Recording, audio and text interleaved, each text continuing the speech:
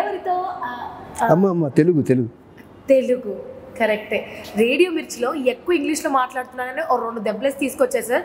అందుకే నేను వచ్చేసాను ఇదిగో తెలుగు విశ్వవిద్యాలయానికి. అండ్ మనతో పాటు ఉన్నారు కాంచనపల్లి గోవర్ధన్ రాజు గారు. Hi sir. హాయ్.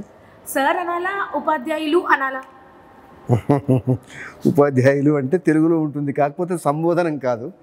సంబోధన చేయాలంటే తెలుగులో కొంత మనం తెలుగులో అక్కడక్కడ అనివార్యమైన ఇంగ్లీష్ పదాలు మాట్లాడవచ్చు, తప్పు కాదు. అనవసరంగా మాట్లాడితే తప్పు. ఇప్పుడు సార్ అంటే అది అవసరం. ఇప్పుడు ఇంజెక్షన్ అని ఒక పదం ఉంది, దానికి తెలుగు పదం లేదు, ఇంజెక్షనే అంటాం. రైలు ఉంటుంది, తెలుగు పదం లేదు.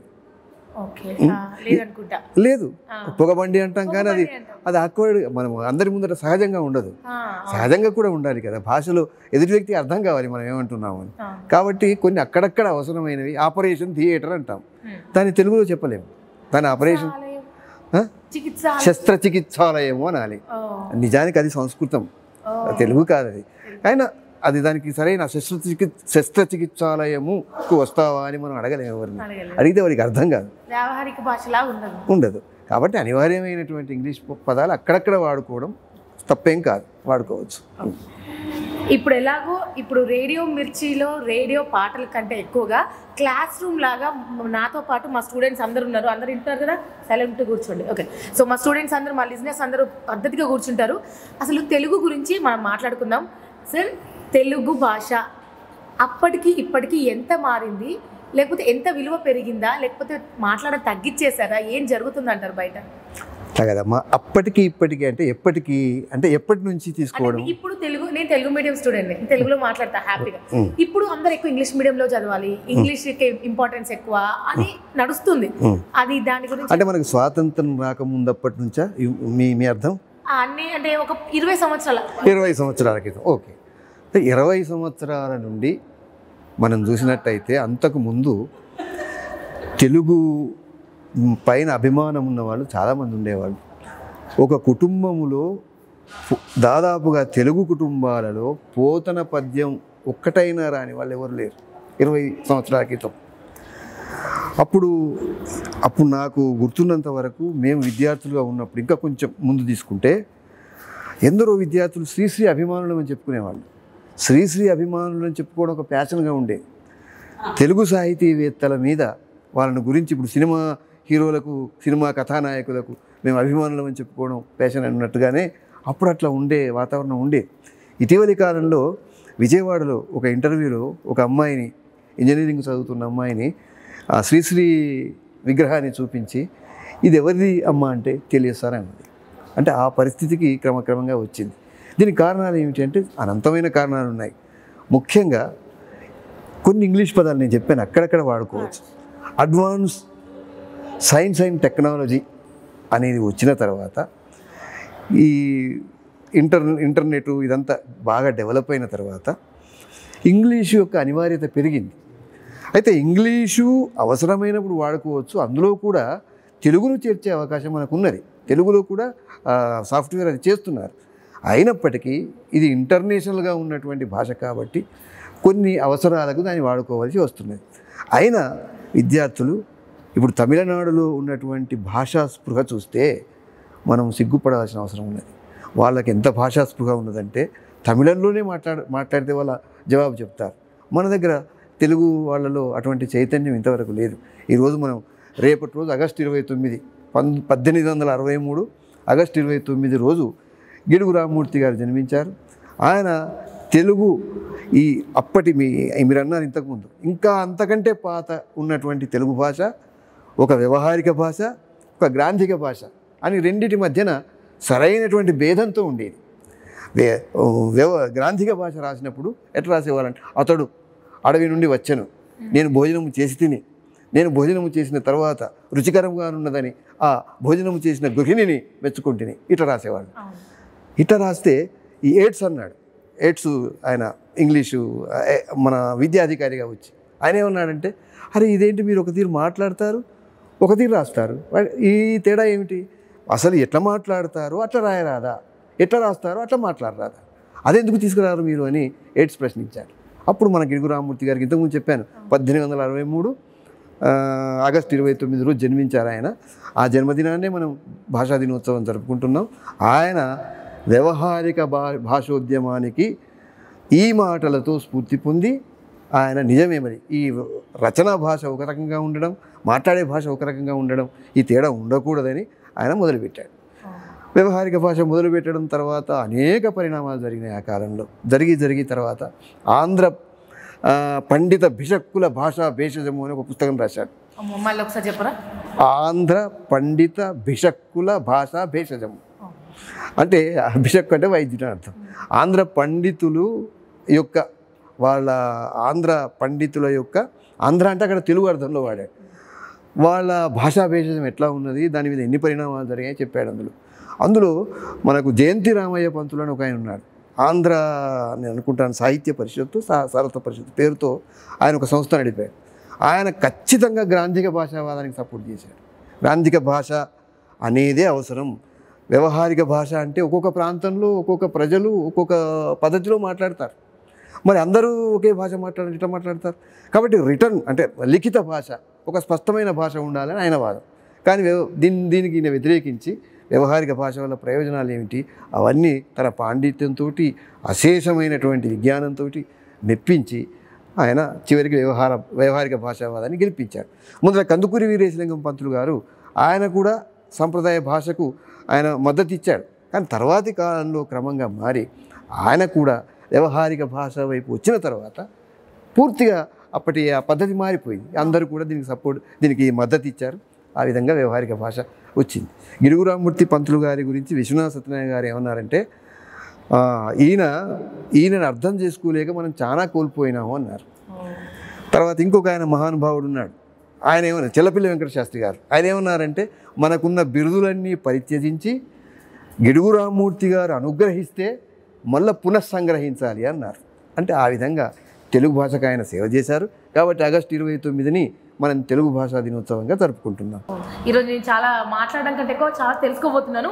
నాతో పాటు మా మిర్చి లిజనర్స్ అందరూ కూడా, లిజనర్స్ ఏమంటారు సార్? శ్రోతలు అందరూ కూడా చక్కగా వినండి. తెలుగు క్లాస్ నడుస్తుంది. ఎంత పనున్న పక్క పెట్టి మంచిగా వినుకుంటూ మాట్లాడుకుందాం. ఎక్కువ మంది అంటారు కదా సార్, తెలుగు క్లాస్లో నిద్రపోతారు, తెలుగు క్లాస్కి ఎక్కువ అటెండెన్స్ రారు, తెలుగు క్లాస్ ఏముంది మిస్ కొట్టి సైన్స్ క్లాస్కి వెళ్ళు, మ్యాథ్స్ ఇంపార్టెంట్ ఇలా అంటారు కదా, వాళ్ళకి ఏం చెప్తారు మీరు? నిజానికి తెలుగు ఇప్పుడు మనకు సాహిత్యంలో అక్కడికి వెళ్తున్నాను నేను. రాజశేఖరుడు అని ఒక మహానుభావుడు ఉన్నాడు. కావ్య మీమాంస అని ఒక పెద్ద గ్రంథం రాశాడు. అందులో ఏమన్నాడంటే కారయిత్రి ప్రతిభ, భావయిత్రి ప్రతిభ అని రెండు చెప్పాడు. అంటే చెప్పేవాడికి ప్రతిభ ఉండాలి, అంటే రాసేవాడికి ప్రతిభ ఉండాలి, చదివేవాడికి కూడా దాన్ని అర్థం చేసుకునే ప్రతిభ ఉండాలి. పాఠంలో కూడా చెప్పేవాడికి ప్రతిభ ఉండాలి. మీరు అంటారు టాలెంట్ అని, ఆ యోగ్యత వర్త్ మీ ఇంగ్లీష్ పదాలు వద్దని నేను చెప్పడం లేదు. ప్రతిభ ఉండాలి. వినేవాడికి కూడా ప్రతిభ ఉండాలి. ప్రతిభ లేకపోతే అనివార్యంగా తెలుగు పాఠం చెప్పే తరగతిలోకి వస్తే ఆ అబ్బాయి వాడు వినడు. వాడికి వేరే వాటి మీద శ్రద్ధ ఉంటుంది. కేవలం ఇక్కడ ఏదో ఒక ప్రవేశం కావాలి, అడ్మిషన్ కావాలనే ఉద్దేశం కొద్దీ వస్తాడు. వాడు వేరే వాటికి సిద్ధమవుతూ ఇందులో కూర్చుంటాడు. అట్లా కాకుండా మనం కారయిత్రి ప్రతిభ అన్నాం. వినేవాడికి ఉండే ప్రతిభ, వాడు శ్రద్ధతో వస్తాడు. ఇప్పుడు నేను ఇక్కడ తెలుగు యూనివర్సిటీలో చాలా క్లాసులు తీసుకునేటప్పుడు, తరగతులు నిర్వహించేటప్పుడు కొంతమంది, ఇప్పుడు దాదాపు 30 మంది క్లాసులో ఉండేవాళ్ళు. ఒక క్లాసులో నేను అందరినీ పరిశీలించేవాడిని. ఒక్కడ ఆవలింత తీసినా నేను వేరే చెప్పే పాఠం నుంచి పక్కకు వెళ్ళి ఏదో ఒక ఊటంకం చెప్పేవాడిని. దానికి సంబంధించిన ఒక కథనో లేకపోతే ఒక హాస్య గుళికనో ఏదో ఒకటి వేసి వాడిని మళ్ళీ వాడి ఏకాగ్రతను నా పాఠం వైపు వచ్చేలాగా చేసుకునేవాడిని. చేసుకుంటే వాడు మళ్ళీ తీసుకొచ్చి క్లాసులో కూర్చోబెట్టడం అన్నమాట. అట్లా అయితే వాళ్ళు వినేవాళ్ళు. మా పిల్లలు రాలేదు, వాళ్ళు వస్తే చెప్పేవాళ్ళు. పైగా నా క్లాస్ అంతా కూడా దాదాపు నవ్వులమే అయిపోయేంత వరకు అట్లా జరిగేది. ఆహ్లాదకరంగా ఉంచడానికి ప్రయత్నం చేసేవాడిని. తెలుగు చెప్పేవాళ్లకు ప్రతిభ ఉండాలి ముందు, వినేవాడికి కూడా ప్రతిభ ఉండాలి. వినేవాడికి, ఇప్పుడు మీరు నన్ను ఉదాహరణకు మన ఇద్దరం మాట్లాడుకుంటున్నాం, మీకు మాట్లాడాలనే ఆసక్తి ఉంది, నాకు చెప్పాలనే ఆసక్తి ఉంది. ఈ రెండు ఉంటేనే కదా. ఈ రెండు లేకపోతే మీకు ఆసక్తి లేదనుకోండి, నేను ఎంత చెప్తే ఏం లాభం? మీరు ఆవలింతలు తీస్తారు. అట్లాగే నాకు ఆసక్తి లేదనుకోండి, నేను అక్కడి నుంచి వస్తాను, ఇక్కడ దాకా వచ్చి కూర్చొని ఇవన్నీ ఎందుకు చెప్తాను? కాబట్టి మన ఇద్దరికీ శ్రద్ధ ఉండి వాళ్ళకి రికార్డింగ్ చేయాలని శ్రద్ధ ఉంటేనే మనకు ఇది జరుగుతుంది. కాబట్టి వినేవాడికి శ్రద్ధ ఉండాలి, చెప్పే వాళ్ళకి శ్రద్ధ ఉండాలి. ఇక వినే వాళ్ళను ఒక్కొక్కడు శ్రద్ధ లేని వాడు ఉంటే వాడిని ఎట్లా మన వైపు తిప్పుకోవాలి అనే కొన్ని టెక్నిక్స్ అంటాం మనం, కొన్ని పద్ధతులు. పారిభాషిక పదం టెక్నిక్ అంటే కొన్ని ప్రత్యేక పద్ధతులు అంటే అలాంటి స్టూడెంట్కి వాడిని సెట్ చేయాలంటే ఒక ట్రిక్ ఉంటుంది, అది ఆ ట్రిక్ మనం ఫాలో అవుతే సెట్ అయిపోతుంది. నాలాగా కొంచెం నేను బ్యాక్ బెంచ్ స్టూడెంట్ని, బ్యాక్ బెంచ్కి వెళ్ళాను ఫుడ్ తినే టైపు, అలా నాలాంటి వాళ్ళని సెట్ చేయాలంటే మీరు తెలుగు క్లాస్లో ఎలా సెట్ చేస్తారు? ఇప్పుడు మీరు చెప్తున్నారు సార్ నేను మంచి కూర్చొని తింటున్నాను, నాకు అటు ఇటు చూస్తున్నా, ఎలా సెట్ చేస్తారు? అయితే ఉదాహరణకి యూనివర్సిటీ స్థాయిలోనైతే మరీ తినేంత దూరం వెళ్ళే విద్యార్థులు లేరు అనుకోండి, సరే ఎవరన్నా ఉంటే ఎట్లా సెట్ చేస్తారు అంటున్నారు కదా. ఏ అమ్మ ఏంటి తింటున్నావా అడుగుతాను, నాకు కొంచెం పెడతావా అంటాను. పెట్టిన తర్వాత కొంచెం విద్య చాలా బాగుందమ్మా కొంచెం అందరికి పెట్టరాదు అంటాను. అందరికి తలా కొంత పెడితే అయిపోతుంది ఫుడ్. ఆ ఫుడ్ అయిన తర్వాత మళ్ళీ మొదలు పెడతాను. నీ మాట నెగ్గింది, నా మాట నువ్వు తిన్నావు, ఇప్పుడు కాన్సన్ట్రేషన్ గా కూర్చో అంటారు. అంతే అంతే. సో ఎప్పుడైనా టీచర్స్ దగ్గర వాళ్ళకంటూ ప్రతి స్టూడెంట్ కి తగ్గట్టుగా ఒక ట్రిక్ ఉంటుంది. సో అవి ఫాలో అవుతూ 10th క్లాస్ రూమ్ లో కూర్చోబెడతారు మీ అందరినీ. అవును, చక్కగా ఉంది. ఇంకోటి తెలుగు పాఠాలు అని మాటలు క్లాస్ రూమ్ లో స్టూడెంట్స్ మీద తెలుగులో మాట్లాడతారా ఇంగ్లీష్ లో మాట్లాడతారా? అంటే మేము సినిమాలో చూసిన తెలుగు టీచర్ అంటే మాత్రం చక్కగా పంచగట్టుకొని ఒకవేళ ఇంగ్లీష్ మాట ఒక దొరినా కూడా ఒక మొట్టిగా వేసే తెలుగులో మాట్లాడు అంటారు. సో మీరు కూడా బయట స్టూడెంట్స్ కలిసినప్పుడు అట్లే అంటారా? కానీ అంత అంటే దాన్ని గ్రహించే అట్లా చూపిస్తారు కానీ అట్లా గ్రహించలేరు విద్యార్థులు. అదిగాక ఈ కాలంలో అంత తెలుగే మాట్లాడితే కూడా అన్ని సందర్భాల్లో వాళ్ళు మనల్ని అనుసరించలేరు, అర్థం చేసుకోలేరు. కాబట్టి అవసరమైన చోట అనివార్యమైనప్పుడు ఇంగ్లీష్లో మాట్లాడడం, ఇంగ్లీష్ పదాలు వాడడం చేయాల్సి వస్తుంది. అదిగాక మనం తెలుగు బాగా చెప్పాలంటే, తెలుగు సాహిత్యం చెప్పాలంటే కూడా ఇంగ్లీష్లో పరిజ్ఞానం ఉండి తీరాలి. ఇంగ్లీషులో సాహిత్య పరిణామాలు ఎట్లా వస్తున్నాయి అండ్ ఇంగ్లీష్లో ఉన్న ట్రెండ్స్ ఎలా ఉన్నాయి, తర్వాత ఇప్పుడు రొమాంటిక్ పోయిటరీ ఉంది, ఇంగ్లీష్లో ఎలా వచ్చింది, దాని ప్రభావం తెలుగులో ఎట్లా ఉంది, తెలుగులో భావకవిత్వం ఎట్లా వచ్చింది, ఇంగ్లీష్లో క్లాసికల్ పోయిటరీ ఎట్లా ఉంది, తెలుగులో ఎట్లా ఉంది. ఇంగ్లీష్లో కూడా భాషలో రకరకాలైన వైరుధ్యాలు ఉన్నాయి, తెలుగులో ఉన్నట్టే. కాబట్టి ఆ వైరుధ్యాలన్నీ ఎట్లా ఉన్నాయి, ఇవన్నీ కూడా మనం ఆకలించుకోకపోతే తెలుగు క్లాస్ చెప్పడం కూడా అంత సులభమేం కాదు. మనకు అది ఆ జ్ఞానం ఉండాలి తప్పకుండా. ఇంగ్లీషు జ్ఞానం ఉంటేనే అది, ఎందుకంటే అంతర్జాతీయ భాష కాబట్టి ఖచ్చితంగా ఆ జ్ఞానం ఉంటేనే తెలుగు చెప్పచ్చు. సంస్కృత జ్ఞానం కూడా ఉండాలి, ఎందుకంటే మనకున్న పదాలన్నీ సుమారుగా సంస్కృతాలే. ఇప్పుడు మీ పేరేమన్నారు? స్వాతి, సంస్కృతమే కదా అది, తత్సమం. తత్సమం ఉంటుంది దాన్ని, మనం సంస్కృతం నుంచే వచ్చింది.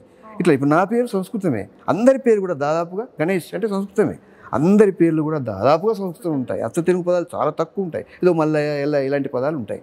కాబట్టి సంస్కృతం తెలుగుకున్న తేడా ఏమిటి, సంస్కృతం యొక్క ప్రభావం తెలుగు మీద ఎట్లా ఉంది, పాత సాహిత్యం మీద విపరీతమైన ప్రభావం ఉంది, కొత్త సాహిత్యం మీద ఇంగ్లీష్ ప్రభావం విపరీతంగా ఉంది. కాబట్టి వీటిని గురించినటువంటి ఒక ఆకలింపు ఉంటేనే మనం తెలుగు పాఠం సరిగ్గా చెప్పగలం, వినేవాడు కూడా వింటాడు. సో అవసరం కాబట్టి ఇంగ్లీష్ మధ్యలో మాట్లాడితే తప్పు లేదు, తప్పు కాదు.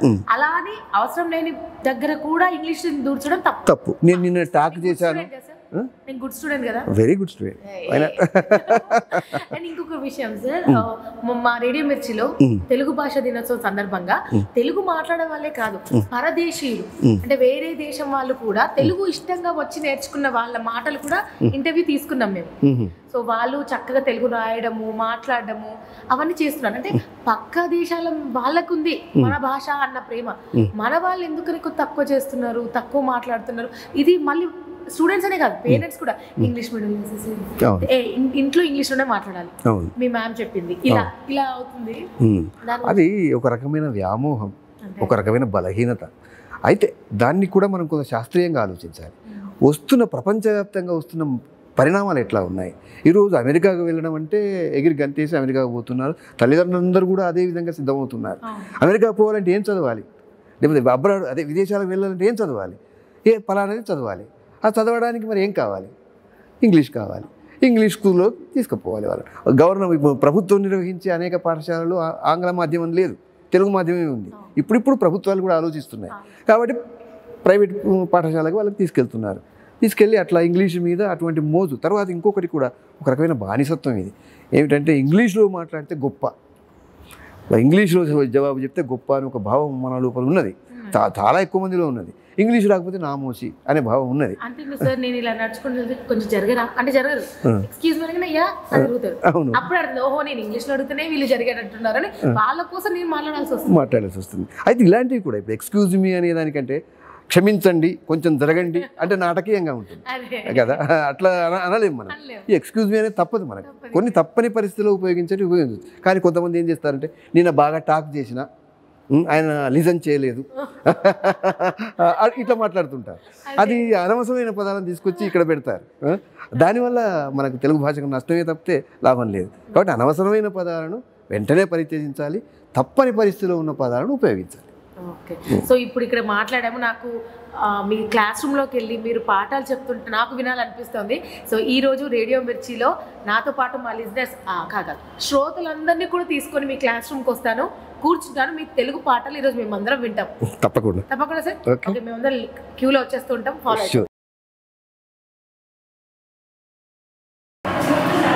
Good morning sir. శుభోదయం. తెలుగులో చెప్పమ్మా. శుభోదయం మాస్టర్. మళ్ళా మాస్టర్. గురుగారు. ఓకే, మొత్తానికి ఈరోజు నేను తెలుగు పద్యాలు నేర్చుకోబోతున్నానా? తెలుగు ఈరోజు ఏం పాఠం చెప్తున్నా సార్? తెలుగు పద్యాలు నేర్చుకోబోతున్నానా అని కొద్దిగా నిరాశపడినట్టు అడుగుతున్నారేంటి? తెలుగు పద్యాలు నేర్చుకోవడం అనేది మనకు ఒక ప్రయోజనకారి. మనం ఇంగ్లీష్లో చెప్పాలంటే ఒక ప్రివిలేజ్, ఒక సదుపాయం. కానీ అది ఒక శిక్ష కాదు. అయితే తెలుగు పద్యాలు నేర్చుకుందాం సార్.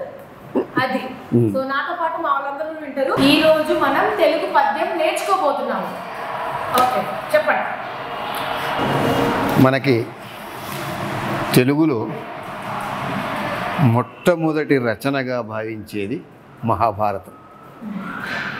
నన్నయ్యను ఆది కవి అని పిలుస్తారు. సంస్కృతంలో వ్యాసుడు రాసిన మహాభారతాన్ని రాజరాజ నరేంద్రుడు అనే రాజు యొక్క కోరిక మేరకు నరేంద్రుడు ఒక రాజు పేరు, పెద్ద పేరు. రాజరాజ నరేంద్రుడు అనేటువంటి రాజు యొక్క కోరిక మేరకు నన్నయ్య, ఆయన రాజరాజ నరేంద్రుడు ఏమంటాడంటే పాండవులు వాళ్ళు కౌరవులు మా వంశానికి చెందిన వాళ్ళు, మా వంశానికి చెందిన వాళ్ళ యొక్క కథను నీ కవిత్వంలో వినిపించు అని అడిగినందుకు నన్నయ్య మహాభారత రచన ప్రారంభించాడు. మొట్టమొదటి తెలుగు పద్యం మనం ఇప్పుడు ఒకసారి స్పృశిద్దాం. నేను ఒకసారి చెప్తానమ్మా, చెప్పిన తర్వాత నువ్వు కూడా రిపీట్ చేయాలి. పద్యం ఏమిటంటే, సరే శ్రీవాణి అని ఒక పద్యం ఉంది, సంస్కృతం కాబట్టి తెలుగు పద్యం చెప్పుకుందాం. సారమతిన్ గవీంద్రులు ప్రసన్న కథా కలితార్థయుక్తి లో నారసి మేలునాన్ ఇతరులు అక్షర రమ్యత నాదరింప నానారుచిరార్థ సూక్తి నిధి నన్నయ భట్టు తెనుగునన్ మహాభారత సంగీత రచన బంధురుడయ్యే జగద్దితంబుగన్. అది పద్యం.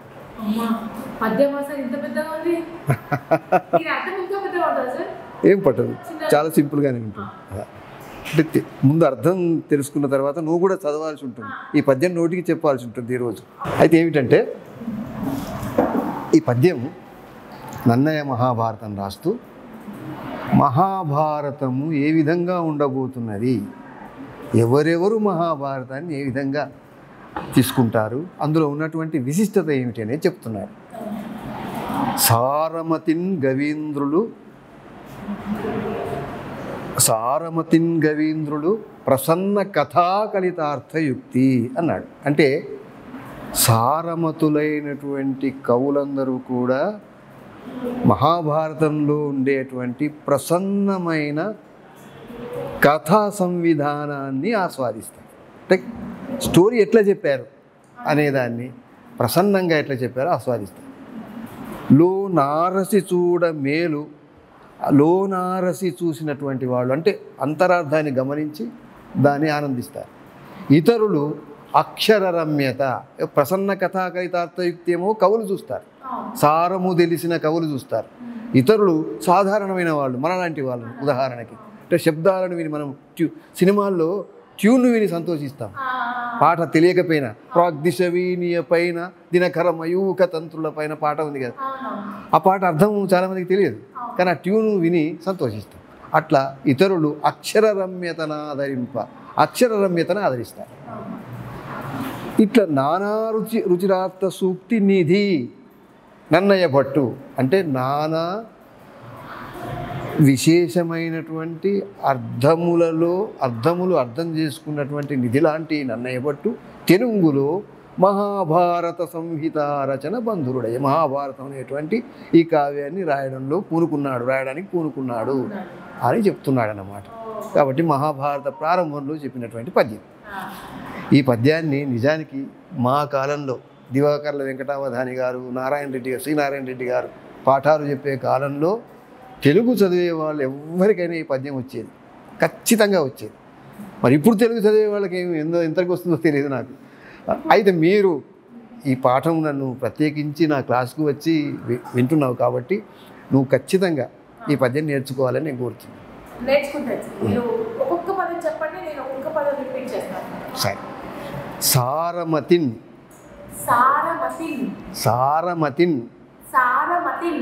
కవీంద్రులు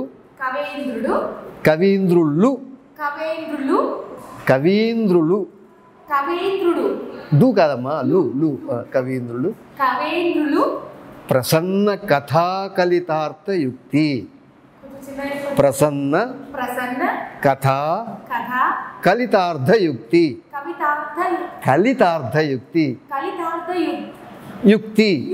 ప్రసన్న కథా కలితార్థ యుక్తి. అక్కడి వరకు ఒకసారి చెప్పు మొత్తం. ప్రసన్న కథా కలితార్థ యుక్తి కథా కలితార్థ యుక్తి కలితార్థ యుక్తి. సారమతున్ కవీంద్రులు ప్రసన్న కథా కలితార్థయుక్తి లో నారసి మేలు నాన్ ఇతరులు అక్షరరమ్యత నాదరింప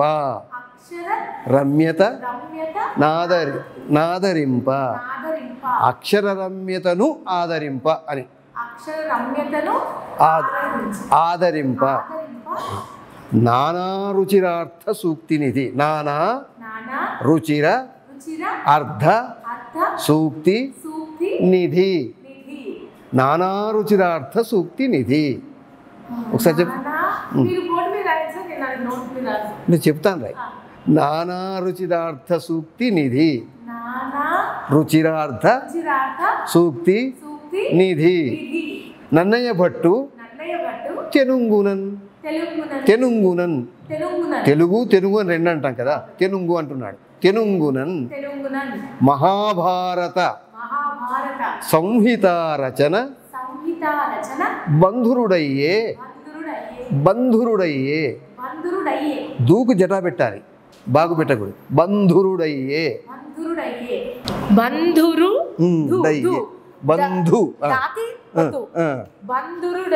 బంధురుడయ్యే జగద్దితంబుగన్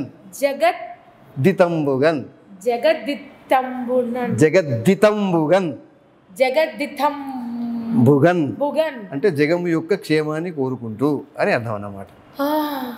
చాలా నేర్చుకున్నాను సార్. మీరు ఒక 2 లైన్ రాయండి, నేను కూడా ట్రై చేస్తాను పాడడానికి. ఆ పద్యాన్ని ఎలాగో విన్నాను కాబట్టి మీరు ఒకసారి మీతో పాటు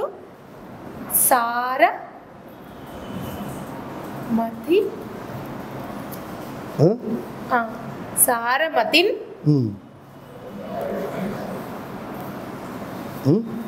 గవీంద్రులు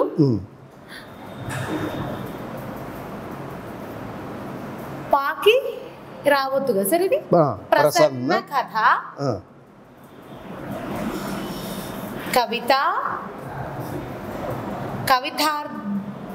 కలితార్థ యుక్తి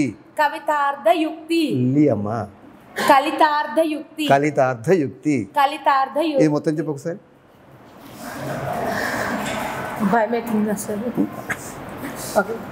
సారమతిన్ గవీంద్రులు ప్రసన్న కథ కలితార్థ యుక్తి. అంతే. ఇది ప్రసన్న కథ. కాకు జట పెట్టకూడదు. కథ. కథ. కథ. కథ.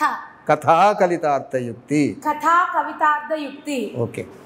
కవి కథా కలితార్థయుక్తి. ఇక్కడి వరకు లో వరకు సెంటెన్స్ అయిపోతుంది. ఓకే. నారసి. నారసి.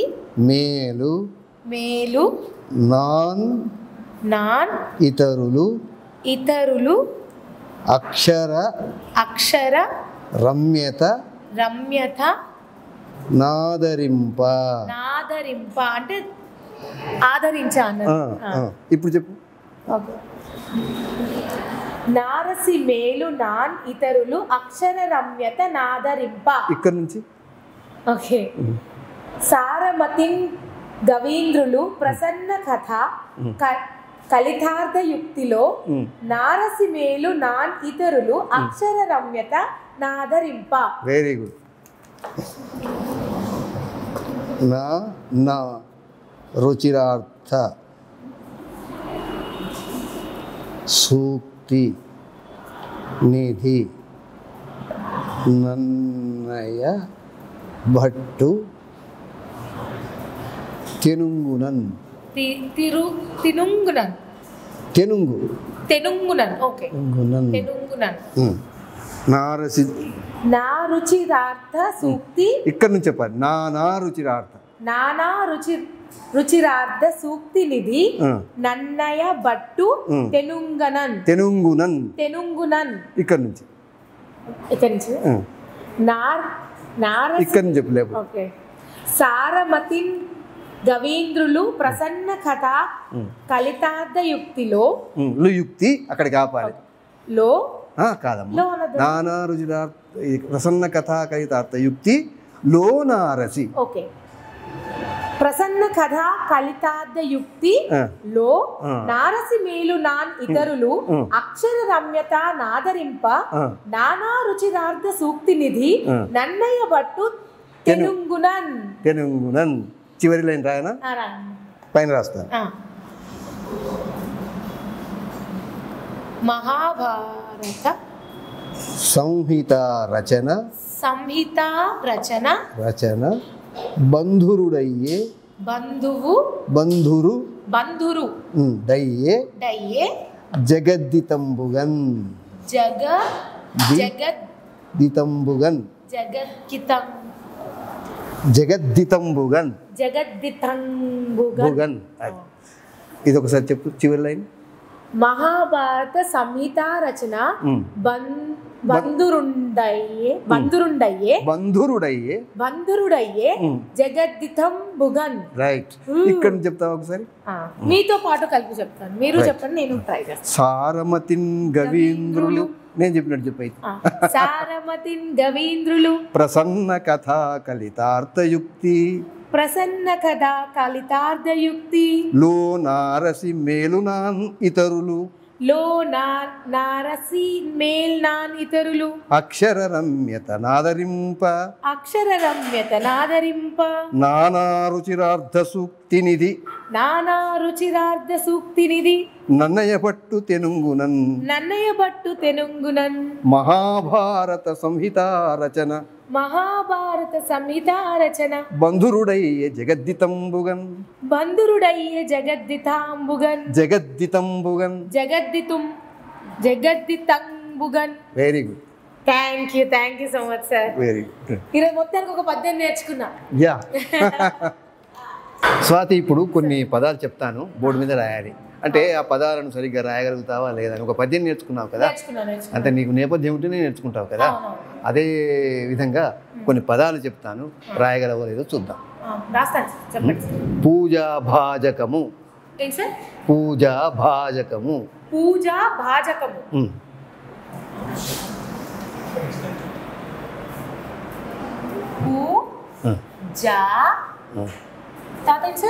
భాజకము.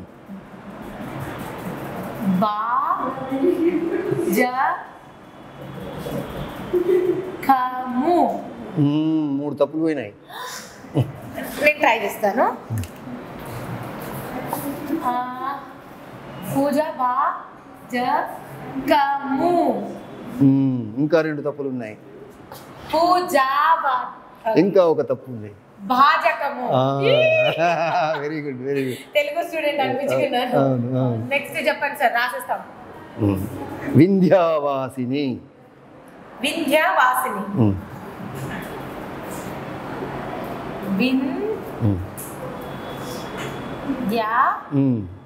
వాసిని. Good good. శరత్చంద్రిక.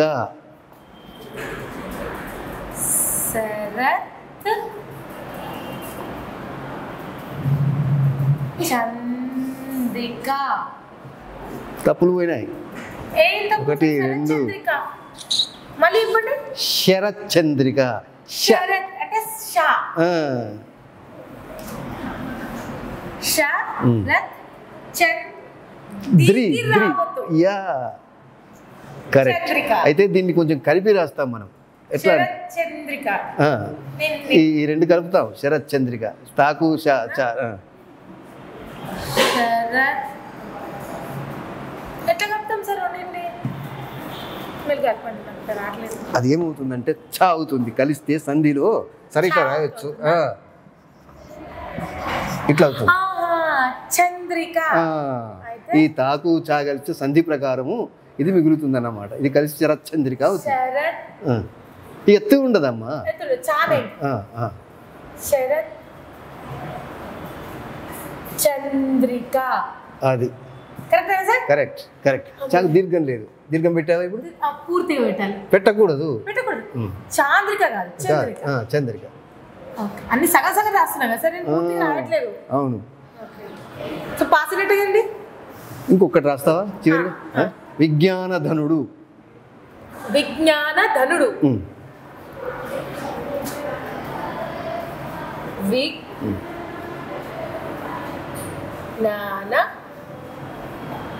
ధనుడు. ఇంకొక తప్పు వచ్చింది.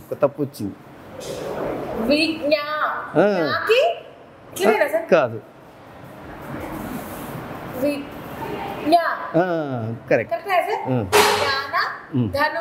Correct, correct. Good good good. Thank you sir. Thank you so much. మొత్తానికి తెలుగు నేర్చుకున్నా.